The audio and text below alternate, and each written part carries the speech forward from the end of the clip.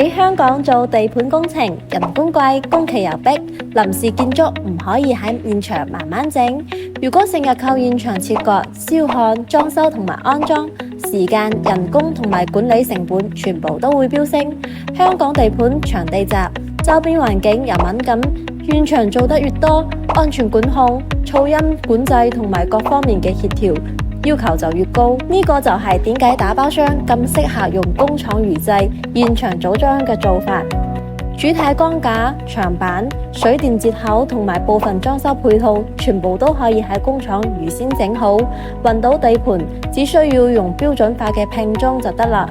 咁樣可以大幅減少現場人手需求，縮短一個施工週期，項目嘅進度亦都咁容易掌控。對香港地盤嚟講，慳得到嘅唔單止係人工錢，仲有時間嘅成本、管理開銷同埋現場協調嘅麻煩。